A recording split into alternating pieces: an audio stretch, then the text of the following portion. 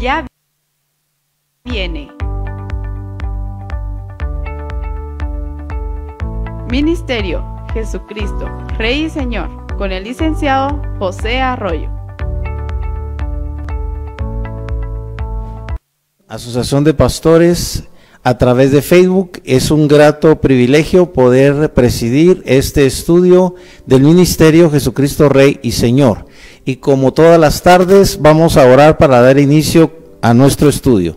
Padre, en el nombre poderoso de Jesús nos acercamos a ti rogándote que tú limpies nuestra mente, nuestra alma, nuestra conciencia, nuestro espíritu y nos des el entendimiento, Señor, para poder comprender tu palabra, para poder conocer tu voluntad.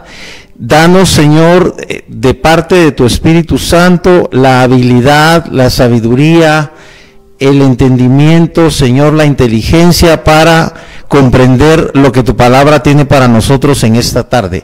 Te lo pedimos todo en el poderoso nombre de Jesús. Amén y amén. Estamos a punto de terminar el estudio del Proverbio número 13 para poder iniciar el estudio o comentario del Salmo 14, porque recuerden que vamos en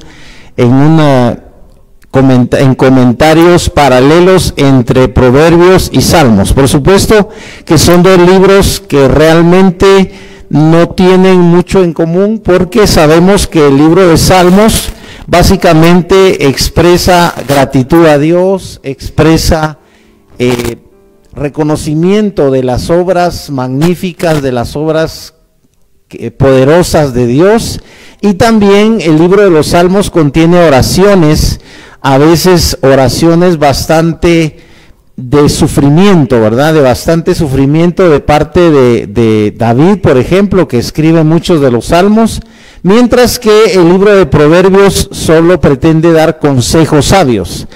El libro de Proverbios, lógicamente, solamente son consejos que nos da, en este caso, el rey Salomón.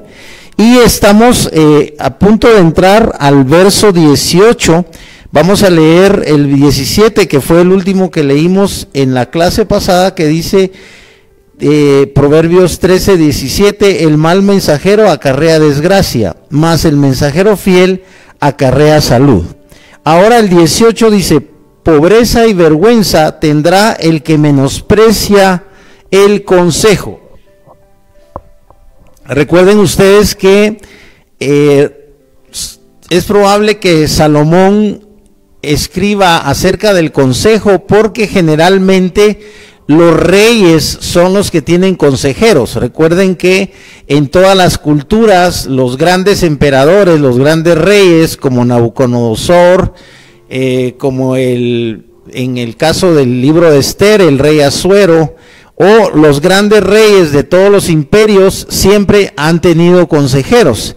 Y por esa razón es que Salomón, aun siendo un rey sabio, seguramente también poseía personas en las cuales él confiaba, que podían lógicamente ayudar en cierto sentido en el gobierno, ¿verdad? Aunque él le pidió específicamente a Dios sabiduría para gobernar. Recuerden ustedes que el clásico ejemplo de la sabiduría de Salomón es aquella historia en la que llegan dos madres de familia con un solo bebé, y las dos dicen que el bebé es de ellas. Entonces la una dice que el bebé es de ella y la otra dice no, el bebé es mío, ¿verdad? Entonces una de las dos le cuenta al rey, porque las llevan ante el rey para que el rey decida, ¿verdad?, de quién es el bebé, porque las dos se atribuyen ser la madre del bebé. Entonces una le cuenta al rey, le dice que habitaban las dos mujeres en la misma casa, en el mismo cuarto, y dormían en la misma cama, y las dos habían dado a luz al mismo tiempo. Entonces prácticamente los dos bebés eran de la misma edad, ¿verdad? Eran bebés de semanas o quizá de meses de edad. Pero dice que una de ellas se acostó sobre su bebé y lo mató porque lo ahogó. Al despertarse, la mamá se dio cuenta que su bebé estaba muerto y entonces lo que hizo fue que le cambió el bebé, le puso el bebé muerto a la otra mamá que estaba durmiendo y el bebé vivo lo agarró ella. Entonces cuando la mamá despertó, se dio cuenta que el bebé estaba muerto, pero no era su bebé, sino que era el bebé de la otra, ¿verdad? Porque cada madre conoce a su bebé. Entonces allí comenzó la discusión y tuvieron que llevar el caso ante el rey. Pero como las dos decían ser la madre del bebé, entonces dijo el rey, bueno, traigan una espada, vamos a partir al bebé y le vamos a dar la mitad a una y la mitad a la otra. Entonces parecía una solución tonta, ¿verdad? Porque al partir el bebé en dos, lo iban a matar seguramente, porque le iban a cortar por la mitad. Lógicamente el rey sabía que era lo que estaba haciendo, no era ningún tonto, al contrario, el rey era muy sabio.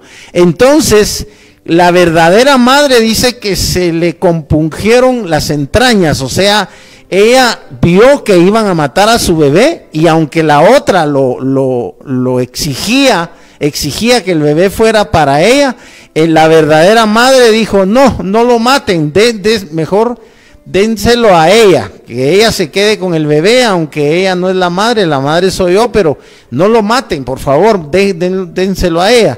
Y la otra madre tontamente dijo, no, ni a ella ni a mí, partan ese bebé. Y entonces así se dio cuenta Salomón que el bebé era de la madre que había pedido que no lo mataran, que no lo cortaran en dos, ¿verdad? Que no lo partieran en dos con una espada. Y entonces dijo Salomón, ella es la madre.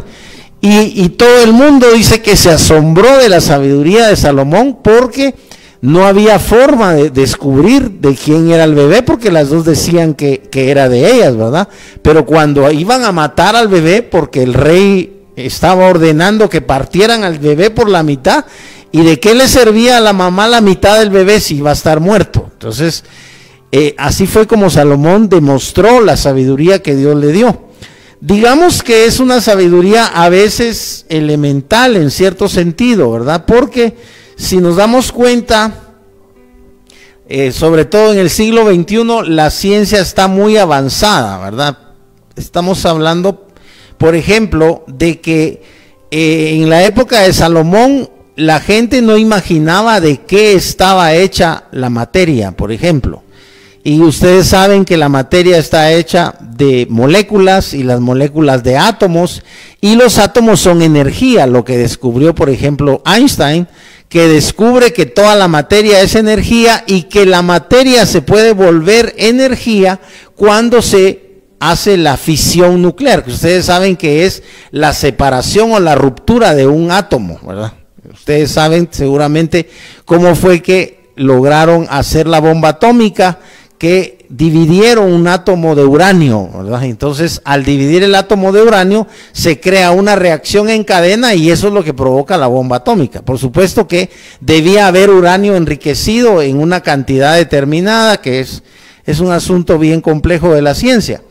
Lo que quiero decir es que en la época de Salomón, que estamos hablando de unos 1400 años antes de Cristo, cómo era la ciencia.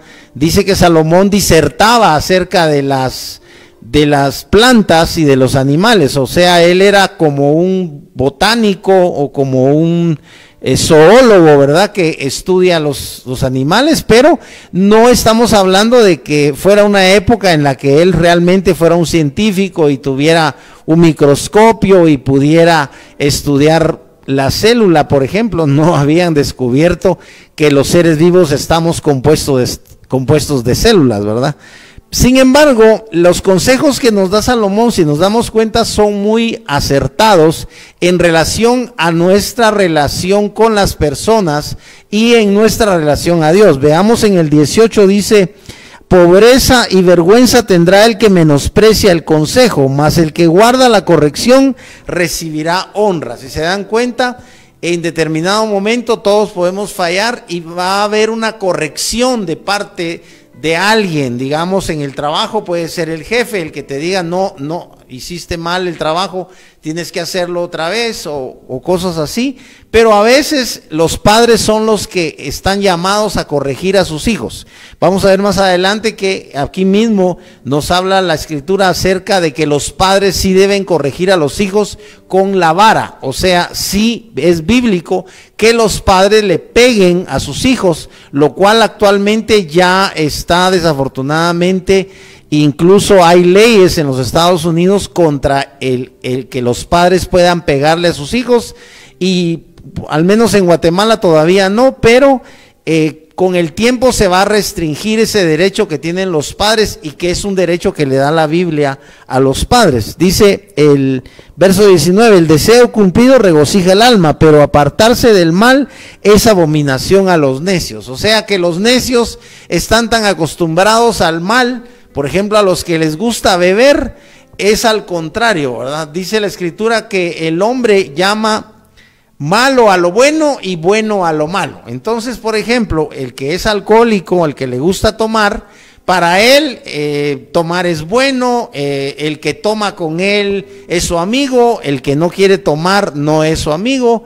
Y entonces aquí vemos que incluso el apartarse del mal, o sea, alguien que no quiera beber, por ejemplo, para alguien que sí le gusta beber, alguien que sí es alcohólico, alguien que sí tiene dinero para beber, que tiene tal vez en su casa un bar y tiene muchas botellas de diferentes rones o de diferentes bebidas alcohólicas, ron, whisky, coñac, no sé, tantas bebidas que hay, ¿verdad? Vodka. Hay muchas bebidas alcohólicas, pero entonces dice aquí que para los que hacen el mal o son necios, ¿verdad? La Biblia los llama necios. Vamos a ver cómo los llama el Tanaj, que también tenemos la versión del Tanaj, que ustedes saben que es el mismo Antiguo Testamento traducido directamente del hebreo. Estamos en el capítulo 13, pero verso 18, pobreza y vergüenza tendrá el que menosprecia el consejo, mas el que guarda la corrección recibirá honra. Ese es el que habíamos leído.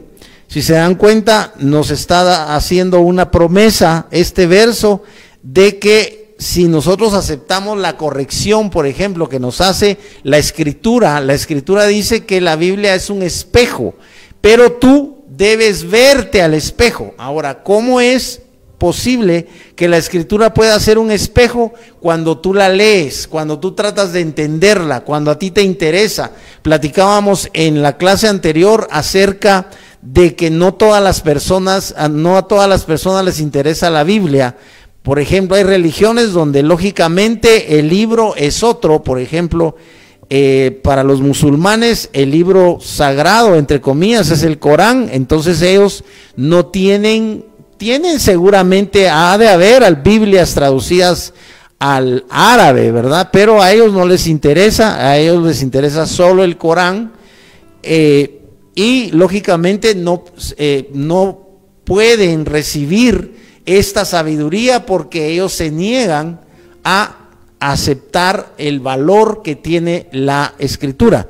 Estaba escuchando del historiador César Vidal, del cual ya les he hablado, una conferencia que él dio acerca de la edición de la nueva versión internacional, que es una versión que está basada en ciertos manuscritos que fueron alterados de tal forma que la nueva versión internacional, que es una de las ediciones de la Biblia que incluso se utilizan actualmente en la iglesia evangélica, por supuesto utilizada por muchos pastores pentecosteses también, ¿verdad? Y de diferentes denominaciones evangélicas, es una Biblia que está mutilada, porque en muchos pasajes la Biblia no carece de algunas partes de los versículos que le fueron cortadas a propósito. ¿Por qué estoy diciendo esto? Porque la Escritura es la palabra de Dios, la palabra de Dios inspirada. Pero resulta que los personajes que están detrás de ese tipo de edición como la Nueva Versión Internacional, utilizaron ciertas versiones de otros personajes, de otros editores bíblicos que no creían, por ejemplo, en la divinidad de Cristo. Entonces, en ciertos pasajes donde se le atribuye a Cristo la divinidad, por ejemplo, uno donde Cristo dice que está hablando de sí mismo en el Evangelio de Juan, dice el Hijo del Hombre, lo dice en un momento en el que Cristo está físicamente en la tierra, pero dice en ese pasaje que el Hijo del Hombre, el cual está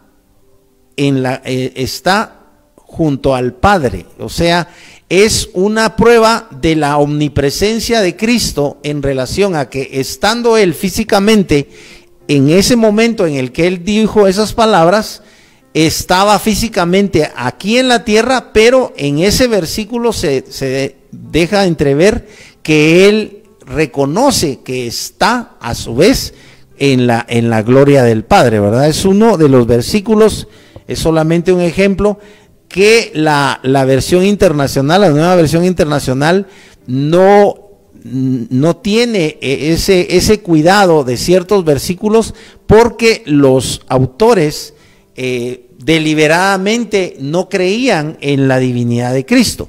Entonces, estamos acá con la importancia que nosotros debemos darle a la palabra de Dios. O sea, tú debes darle la importancia a la palabra de Dios tú mismo, porque el único que puede salvarte a ti mismo eres tú. La salvación no es posible heredarla, o sea, tú no puedes salvar a tu hijo, a tus hijos, a tus hijas, tú no puedes salvar a tu esposa, tú no puedes salvar a tus padres, a tus suegros, a tus primos, a tus sobrinos. Tú puedes orar por ellos, tú puedes hablarles, pero cada uno debe dedicarse. La Biblia dice que debemos dedicarnos en nuestra salvación con temor y temblor. Entonces de cada uno depende la salvación, porque la salvación ya está dada. Recuérdate que ya hace 2000 años, nada menos que cuántos siglos que Cristo muere, Cristo resucita, y hace cuántos siglos que se viene predicando el Evangelio, aunque por supuesto el Evangelio predicado, por así decirlo, a la manera evangélica, entre comillas, ¿verdad? Que es la manera, más o menos la manera protestante o reformada de la predicación, ¿verdad? No es la manera en la que la Iglesia Católica ha predicado el Evangelio, ¿verdad? Porque se supone que también la Iglesia Católica ha predicado el Evangelio, pero en la Iglesia cristiana, que ustedes saben que proviene de la Reforma, hace 500 años, la Reforma iniciada por Lutero o la Reforma iniciada por Calvino, y hay otros personajes, ¿verdad?, que fueron reformadores en Europa. Entonces la doctrina ya se centró más en la Escritura. Recuerden ustedes que es mérito de la Reforma el que la gente en Europa comenzara a aprender a leer y a escribir, porque en la Reforma la gente comenzó a darse cuenta de lo que decía la Biblia. Recuerden ustedes que la Iglesia Católica, dentro de los grandes errores teológicos que ellos han cometido, está el haber escondido la Escritura, porque en la Iglesia Católica, sobre todo en la Edad Media, que ustedes saben que se conoce como el periodo del oscurantismo, imagínense, nada menos, la Iglesia Católica se encargó de que en lugar de difundir la Biblia, la escondía y la prohibía. La Biblia no la permitían usar, no estaba permitido que la usara todo el pueblo, sino que la Biblia era solo para los sacerdotes y solo podían tener acceso a ella los reyes. Es increíble, pero el pueblo era ignorante de lo que decía la Biblia, y solo lo que la Iglesia Católica les permitía que conocieran, ¿verdad?, a través de los vitrales o a través de las homilías, etcétera.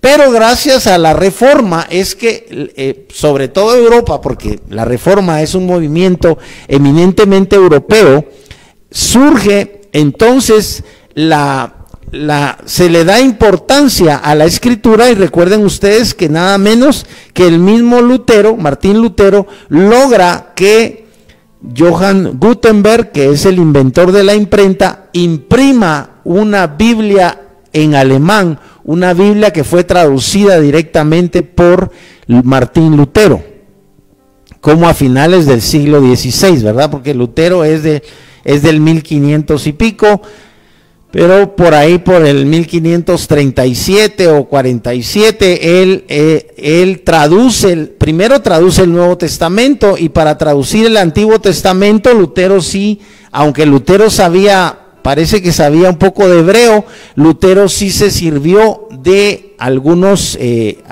editores, algunos traductores que lo asesoraran. Si se dan cuenta ustedes, aquí podemos ver que la escritura nos está hablando de consejeros, o sea, hay cosas en las que tú necesitas consejo, tú necesitas de asesoría. Por ejemplo, en el asunto de los negocios, si tú quieres poner un negocio y no sabes nada del asunto, tienes que ir con alguien que ya haya puesto ese negocio y que ya tenga experiencia. Imagínate que tú quieres poner una vidriería, entonces tienes que ir con un vidriero, tienes que hacerte amigo de un vidriero, y él te va a aconsejar si es que logras que él te ayude, se haga tu amigo, que él te ayude a montar la vidriería. Él te va a decir cuánto capital necesitas, qué máquinas necesitas, y te puede enseñar lógicamente a hacer las ventanas, a cortar los vidrios, a hacer las puertas, etcétera. Por ejemplo, que actualmente se está usando el PVC, es solo un ejemplo, pero el punto es que la escritura te da claves y te dice que debes tener consejeros. Dice, vamos a ver dónde está lo de los consejeros. Pobreza y vergüenza tendrá el que menosprecia el consejo. O sea, lo podemos cambiar y podremos decir que riqueza y honor tendrá el que valora el consejo. Si te das cuenta, el consejo de la palabra de Dios no tiene que ver con dinero, no tiene que ver con que tú te vuelvas rico, porque sí hay ciertas claves para obtener la riqueza. Pero básicamente recuérdate que el mensaje de la palabra de Dios va directo a tu alma, va directo a tu corazón. Recuérdate que, por ejemplo, eso está en Proverbios, donde dice, por supuesto, lo escribe Salomón, pero lo está diciendo Dios mismo cuando dice, hijo mío, dame tu corazón. Eso está aquí en Proverbios. También en Proverbios dice, sobre toda cosa guardada, guarda tu corazón, porque de él mana la vida. ¿Y cómo es eso que del corazón mana la vida? Pues biológicamente, si tu corazón deja de funcionar, ¿qué pasa? Te da un ataque cardíaco y te mueres. Pero desde el punto de vista biológico, digamos anatómico. Pero la Biblia habla de que la vida, Cristo lo dijo, no consiste en la abundancia de los bienes que tú tienes. La vida no es solamente el hecho de que tú tienes un cuerpo que usas para caminar, que tienes manos, que usas para trabajar, que las manos, imagínate cuántas cosas puedes hacer tú con las manos. Tú escribes, tú trabajas de tu diferentes profesión u oficio. Imagínate cuántos miles y miles de oficios y de profesiones hay. Y todo se hace con las manos. Además, el cuerpo, tú sabes que tenemos ciertas facultades, no solamente el podernos movilizar e ir de un lugar a otro caminando, sino el habla. El habla es uno de los vehículos, uno de los de las virtudes, podemos decir, que Dios le dio al hombre. Le dio la capacidad de comunicarse. El hombre ya nace con el habla. Tú sabes que tú, si eres padre, te diste cuenta del proceso en el que tus hijos, que eran bebecitos, ya al año comenzaron a tratar de hablar, y al año y medio ya empezaron a hablar, y a los 2 años o 3 años ya hablan perfectamente, y a los 5 años ya no los puedes callar porque ya hablan perfectamente, y un niño de 6, 7 años ya es un niño que puede expresarse libremente en el idioma materno, ¿verdad? Entonces, pero la Escritura nos llama la atención sobre cosas que van más allá de las que están en la tierra. Vamos a continuar acá con el verso, el deseo cumplido, dice el verso 19, regocija el alma, pero apartarse del mal es abominación a los necios. Ya lo habíamos dicho. Verso 20, el que anda con sabios, sabio será, mas el que se junta con necios será quebrantado. No es complicado. Si tú no te das cuenta que ciertos amigos que tú tienes realmente no son sabios, porque no te invitan a cosas buenas, te invitan a tomar, te invitan tal vez a inhalar cocaína o a fumarte un puro de marihuana. Ese tipo de amigos no son amigos. Estas personas no te están haciendo un bien, solamente son instrumentos del mal para destruirte. Tú debes tener sabiduría para tener a tus amigos, debes saber elegir a tus amigos, y en parte la tarea de los padres es enseñar a sus hijos a elegir a sus amigos, que tus hijos sepan elegir a sus amigos. No a cualquiera deben abrirle el corazón, y no a cualquiera deben tomarlo por amigo,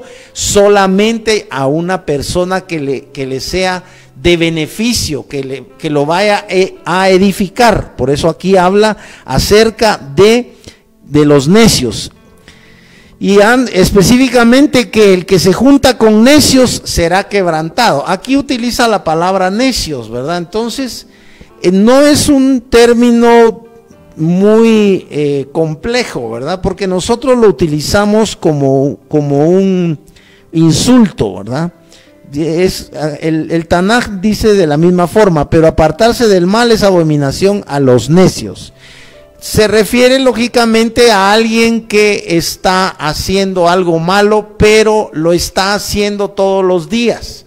O sea, ya es alguien que toma todos los días, todas las noches toma, o todo el tiempo habla malas palabras, como decimos, ¿verdad? Ya tiene un lenguaje muy sucio. Recuérdate que Jesús dijo que de la abundancia del corazón habla la boca. Entonces, ¿qué es lo que tú tienes en el corazón? ¿Por qué la gente solo tiene palabras, malas palabras, entre comillas, ¿verdad? En todos los idiomas, palabras con M, palabras con P y palabras con muchas letras, ¿verdad? Que tú sabes que no se deben decir en programas de televisión, ¿verdad? Aunque es increíble que la música actual ya no perdona, y tú puedes escuchar reggaetoneros que utilizan expresiones completamente vulgares, utilizan malas palabras, utilizan ejemplos, digamos, que son completamente indecorosos, ¿verdad? Porque en sus letras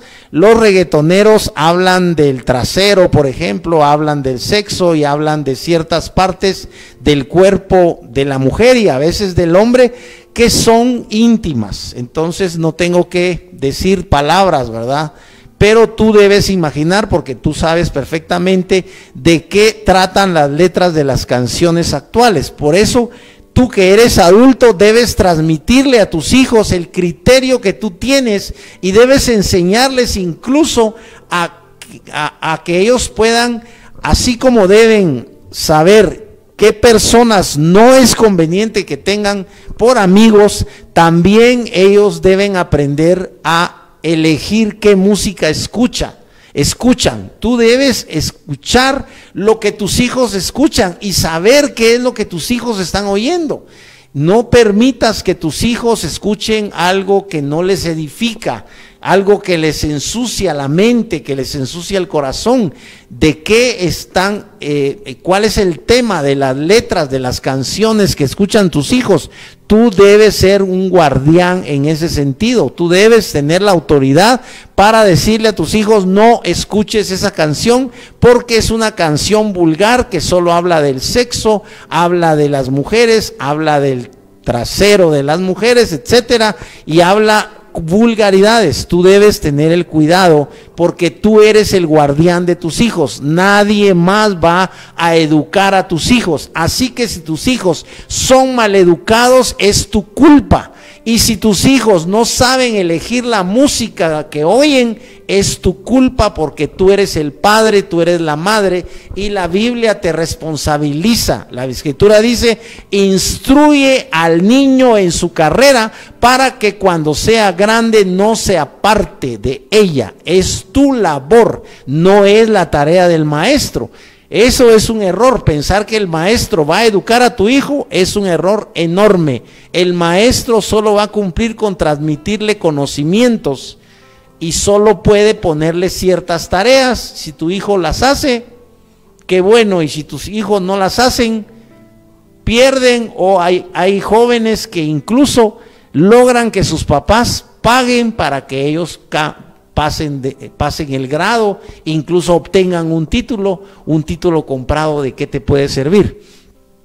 Bueno, no es el tema, pero veamos el 21. El mal perseguirá a los pecadores, mas los justos serán premiados con el bien. O sea, hay una promesa acerca de que si tú eres justo, serás premiado con el bien. Por supuesto que el cristianismo está compuesto de muchísimas promesas que a veces tú no ves cumplido. Por ejemplo, cuando tú estudias el libro de Hebreos, donde habla acerca de los héroes de la fe, vamos a leer solamente un pequeño pasaje, porque en Hebreos se habla de los héroes de la fe, de personas que tuvieron fe, pero que no vieron cumplida esta fe, ¿verdad? O sea, no se les cumplió que ellos pudieran tener aquello que esperaban. Dice en Hebreos 11 está eso. Comienza con la definición de fe. Es pues la fe la certeza de lo que se espera, la convicción de lo que no se ve. Entonces comienza a hablar, dice en el verso 6, pero sin fe es imposible agradar a Dios, porque es necesario que el que se acerca a Dios crea que le hay, o sea, crea que Dios existe. Ese es uno de los principios de la fe. Voy a volver a leer, dice, porque es necesario que el que se acerca a Dios crea que existe. No puedes acercarte tú a Dios si tú no crees que Dios existe. Si tú no crees en Dios, no tienes fe. Por eso un ateo es sencillamente una persona que no tiene fe, es cero fe, no tiene fe porque no cree en Dios, y no cree en Dios porque para creer en Dios tienes que tener fe. La fe sustituye el que podamos ver a Dios. No le podemos ver porque Dios es invisible, es una de sus características. Y Dios, aunque dice la Biblia que la Biblia pregunta, ¿acaso no hablará el que tiene boca o el que hizo la boca? Así lo pregunta la Escritura. ¿Acaso no hablará el que hizo la boca? El que hizo la boca es Dios. Entonces la Escritura pregunta, ¿será que Dios no habla? El problema es que, si nos damos cuenta, Dios no te habla como te habla tu esposa, o como te habla tu esposo, o como te habla tu hijo, o como tú le hablas a tu hijo, o como te habla tu jefe, o como le hablas a tu amigo. Ese es un problema, porque realmente solamente Dios habla con aquellos que le buscan, con aquellos que oran. Si tú oras solo 5 minutos, y si tú oras solo para dar gracias por los alimentos, Dios no te va a hablar, porque Dios requiere, Dios demanda que si tú quieres que Dios te hable, debes buscarlo. Y por eso la Escritura dice, buscad a Dios mientras puede ser hallado, llamad mientras puede ser hallado. Solamente si tú buscas a Dios, pero buscar a Dios requiere fe. Pero estábamos aquí con el asunto de Hebreos, vamos a buscar. La Biblia aquí en Hebreos 11 nos habla de Abraham, nos habla de Sara, nos habla también, dice el verso 12, por lo cual también de uno, de ese ya casi muerto, está hablando de Abraham, salieron como las estrellas del cielo en multitud y como la arena innumerable que está a la orilla del mar, ¿verdad? Está hablando del cumplimiento de la promesa que le hizo Dios a Abraham, que su descendencia sería como la arena del mar. Pero Abraham se murió y lo único que pudo ver es a Isaac. ya no pudo ver a los hijos de Jacob, ¿verdad? Que era su nieto, o sea, a sus bisnietos, ya Abraham ya no los pudo ver. Dice, verso 33, que por fe conquistaron reinos, hicieron justicia, alcanzaron promesas, taparon bocas de leones, apagaron fuegos impetuosos, evitaron filo de espada, sacaron fuerzas de debilidad, se hicieron fuertes en batallas, pusieron en fuga ejércitos extranjeros, las mujeres recibieron sus muertos mediante resurrección. Está hablando incluso de lo que pasó en el Nuevo Testamento, en la época en la que Cristo aparece, ¿verdad? Porque Hebreo lo escribe probablemente Pablo. No se sabe quién escribe Hebreos, pero muchos teólogos creen que Pablo. Dice, otros experimentaron vituperios y azotes, y a más de esto, prisiones y cárceles. Está hablando de los héroes de la fe. Está hablando de personas que no recibieron lo que querían, no recibieron aquello que esperaban, no recibieron aquello por lo cual oraban, sino todo lo contrario. Mira, dice, experimentaron vituperios y azotes, y a más de esto, prisiones y cárceles, fueron apedreados, aserrados, puestos a prueba, muertos a filo de espada, anduvieron de acá para allá, cubiertos de pieles de ovejas y de cabras, pobres, angustiados y maltratados, de los cuales el mundo no era digno, errando por los desiertos, por los montes, por las cuevas y por las cavernas de la tierra. Y todos estos, aunque alcanzaron buen testimonio mediante la fe, a esto quería llegar, dice, no recibieron lo prometido. O sea, estamos hablando de una fe que te conecta con un Dios invisible, al cual tú le pides algo que no sabes si te va a dar. Tú puedes tener la promesa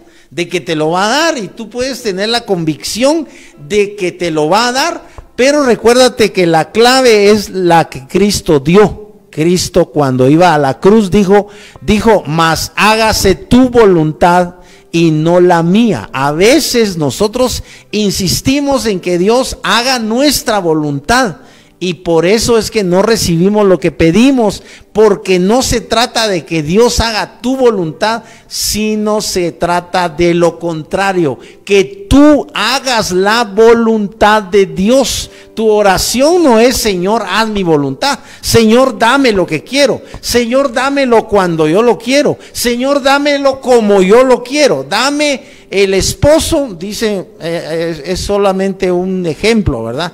De una doctrina que de repente aparece, donde las mujeres podían pedirle a Dios el esposo de la altura que ellas querían, el color de piel que fuera blanquito, que fuera canchito, que tuviera lentes, que fuera músico, que supiera cantar, y así los varones podían pedirle a Dios la esposa como ellos la quieren, que sea blanca, que sea alta, que sea delgada, que sea muy guapa, que sepa, no sé, que sepa de finanzas, etcétera.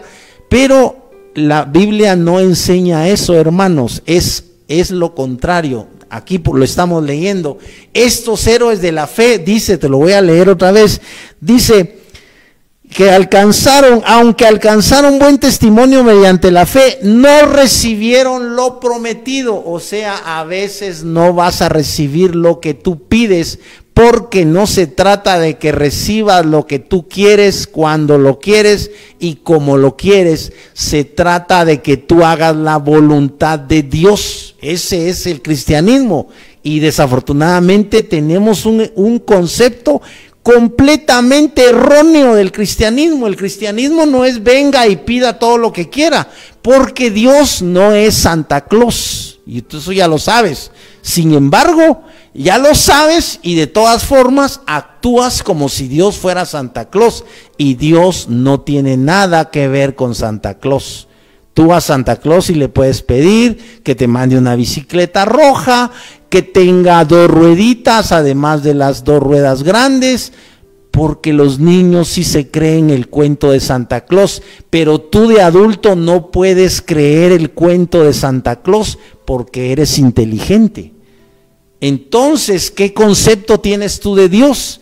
El concepto que tú debes tener de Dios es el concepto bíblico, no el concepto que te venden en Navidad. Dios y Santa Claus no tienen nada que ver uno con el otro. A Santa Claus lo inventaron de un santo que se llamaba Nicolás, que sí existió, que era un padre, que era ruso y que sí regalaba a los niños pobres, porque era un sacerdote. El punto es que ¿cómo debes pedirle a Dios que se haga tu voluntad y no la mía?, dijo Cristo.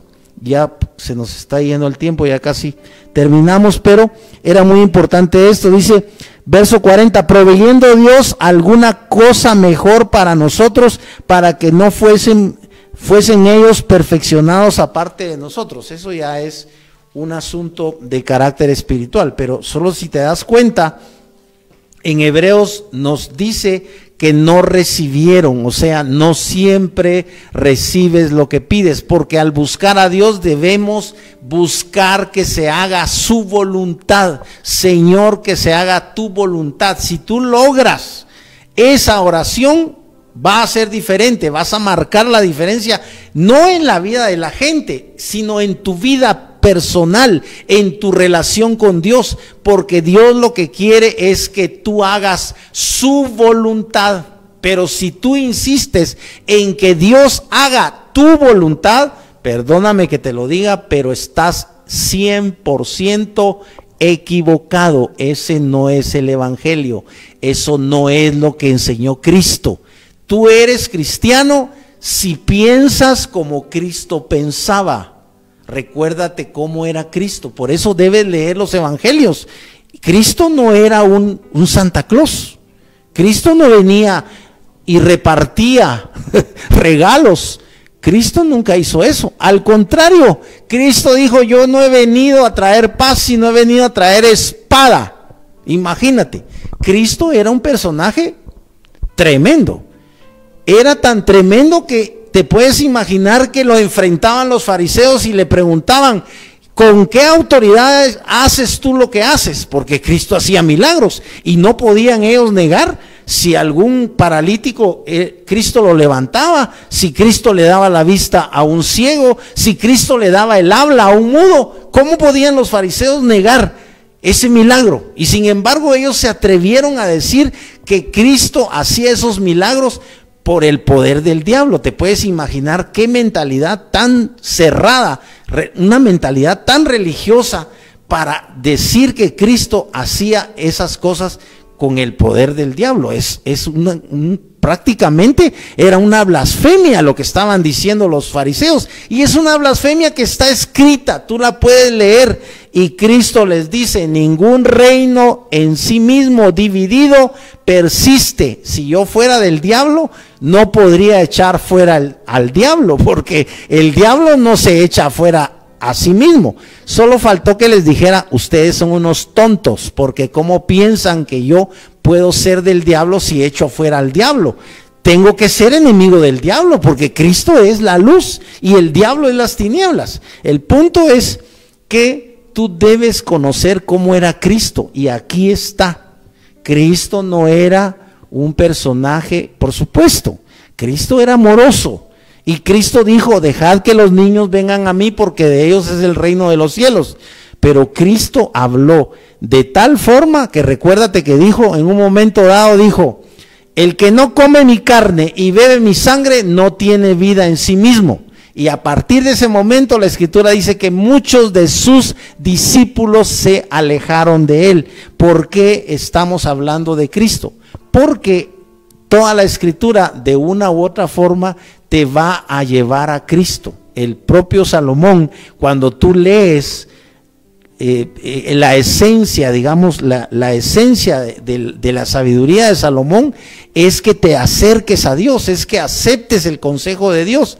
Y Dios se manifiesta a través del Hijo. Lo dice en Hebreos, que Cristo es la imagen de la sustancia de Dios. Así que tú quieres ver a Dios, tú quieres conocer a Dios, tú quieres tener la sabiduría de Dios, ve a Cristo, entrega tu vida a Cristo.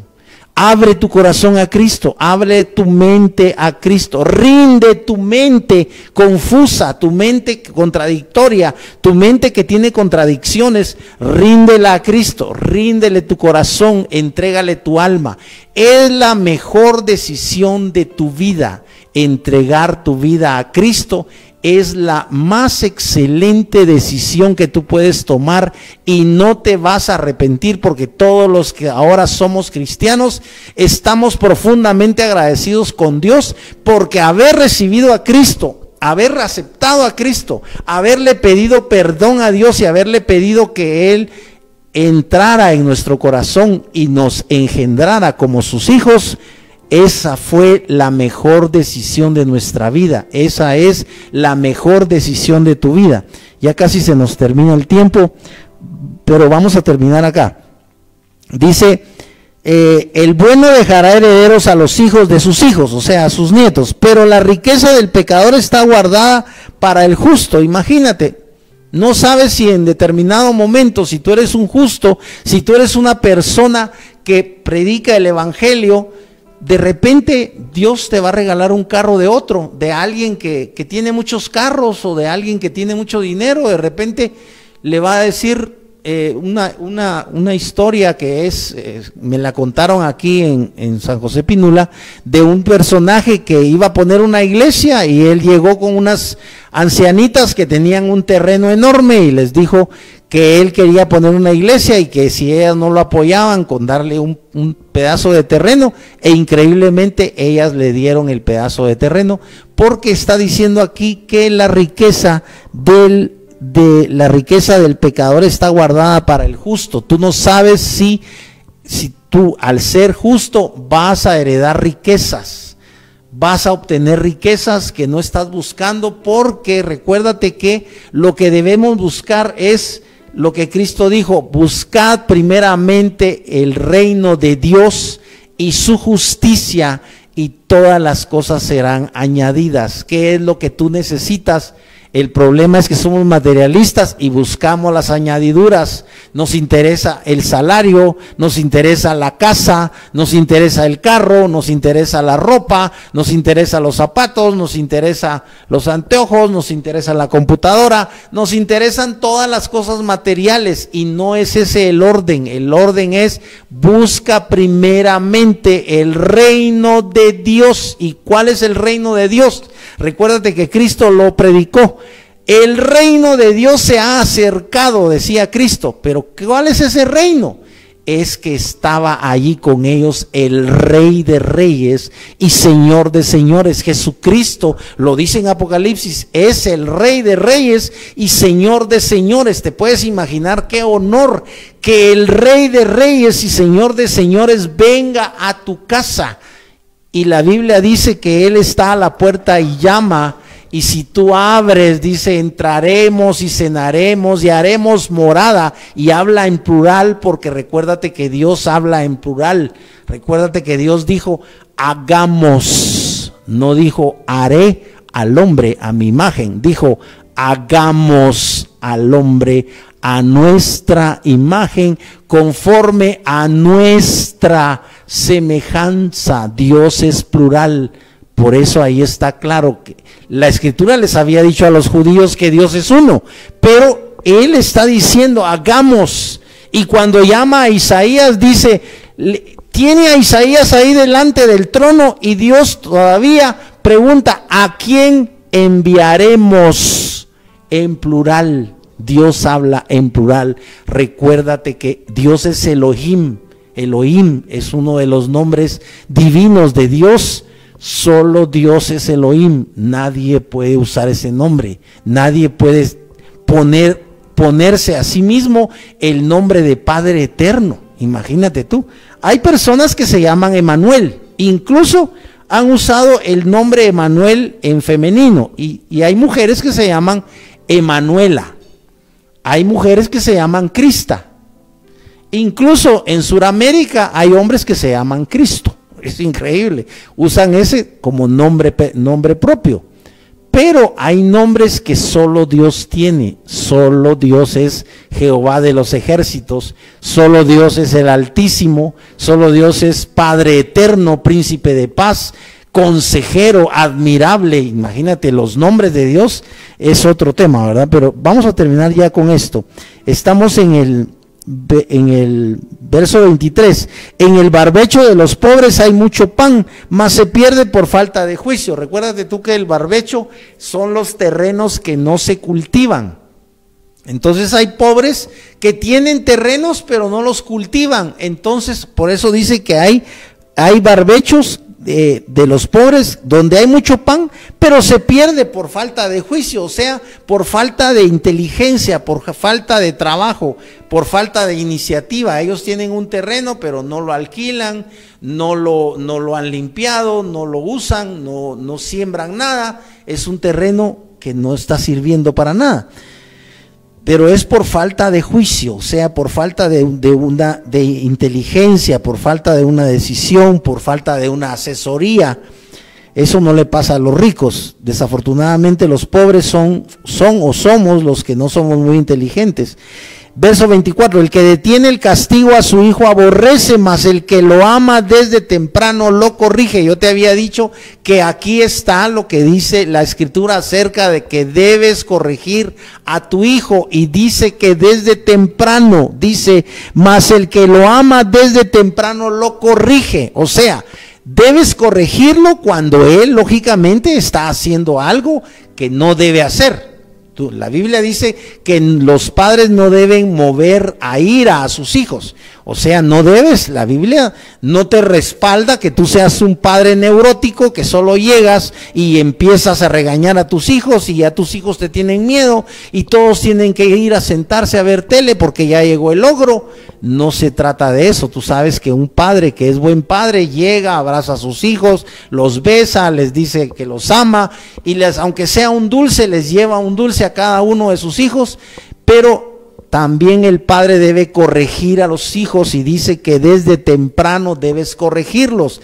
Esa es tu tarea y nadie lo va a hacer por ti. Por eso los hijos o los niños que carecen de papá, les falta algo muy importante, porque la mamá a veces le toca hacer el rol de papá, pero a veces no lo hace porque ella tiene que trabajar, etcétera. Entonces el rol de papá solo el papá lo puede desempeñar. El justo come hasta saciar su alma, mas el vientre de los impíos tendrá necesidad. Si te das cuenta, habla de que el impío, aunque en determinado momento el impío pudiera ser que tuviera dinero, por ser impío, o sea, por no ser santo, por ser una persona que no está apartada para Dios, una persona que no le interesa para nada a Dios. No hay Dios, dice la Biblia, en ninguno de sus caminos. No es alguien que se encomienda a Dios. En cambio, si tú desde temprano, cuando abres los ojos, le das gracias a Dios por el nuevo día, gracias Señor por la vida, Señor te pido que me ayudes, que me guíes, que me des sabiduría, pero sobre todo si tú buscas la voluntad de Dios en su palabra, tú debes leer la palabra de Dios. Si tú no lees la palabra de Dios, no vas a tener fe, porque la Biblia dice que la fe viene por el oír, y el oír de la palabra de Dios. Esa es la importancia capital, la importancia, digamos, vital de que tú conozcas la palabra de Dios, porque la palabra de Dios es la que te da fe. Y ya escuchamos, porque lo leímos ahí en Hebreos, que sin fe es imposible agradar a Dios, que es necesario que el que se acerca a Él crea que Dios existe. Por eso dice ahí que crea y que es galardonador de los que le buscan. Desafortunadamente se nos ha ido el tiempo, pero ya terminamos con el Proverbio 13 para poder en la siguiente clase entrar a el estudio del Salmo 14. Vamos a orar dando gracias. Padre, en esta tarde preciosa, te damos gracias infinitas por tu palabra. Señor, oramos para que los televidentes puedan interesarse en tu palabra. Señor, pon hambre, Señor, y sed de tu palabra en los corazones de los televidentes. Padre, en el nombre poderoso de Jesús, yo oro para que tu palabra, Señor, llegue a lo profundo del corazón de mis hermanos y sea tu palabra la que les muestre, la que les alumbre, la que los toque, Señor, en el nombre poderoso de Jesús. Tu palabra dice que es como espada de doble filo que parte incluso el alma. Padre, dice tu palabra que parte las coyunturas y que entra hasta los tuétanos. Padre, en el nombre poderoso de Jesús, que llegue una palabra de salvación a la vida de mis hermanos, a la vida de los televidentes, Padre, que solamente en Jesucristo. La Biblia dice: puesto los ojos en Jesús, el autor y consumador de la fe.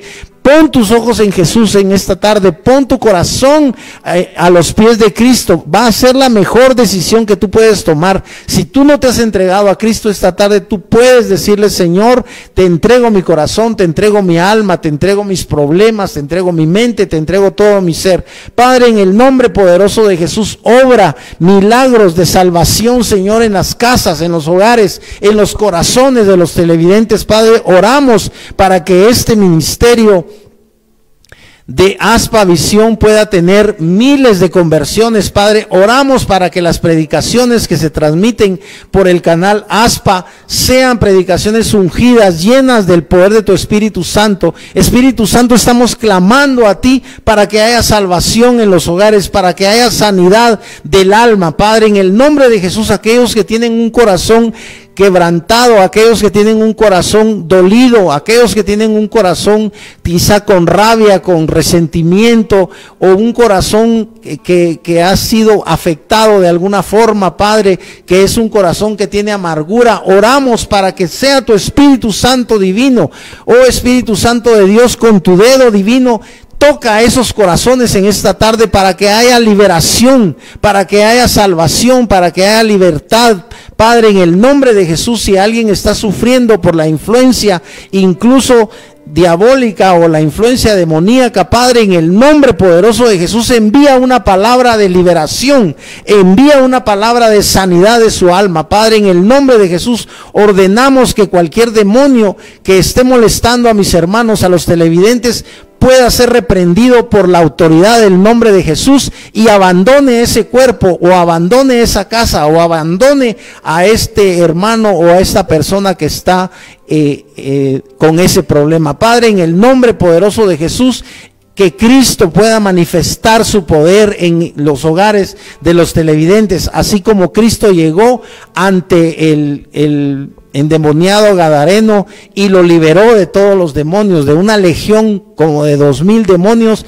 Tú puedes liberar, Señor, a todos los televidentes que necesiten. Padre, oramos también por los que necesitan sanidad de su cuerpo, para que tu Espíritu Santo divino haga un milagro de sanidad en su cuerpo. Padre, te pedimos también la provisión divina para los hogares de los que están pasando por problemas económicos. Padre, que tú proveas de trabajo, que tú proveas de los medios. Señor, abre las ventanas de los cielos sobre los televidentes. Padre, te lo pedimos todo en el poderoso nombre de Jesucristo, y creemos firmemente que tú lo harás. Gracias, Señor, en el nombre de Jesús. Amén y amén.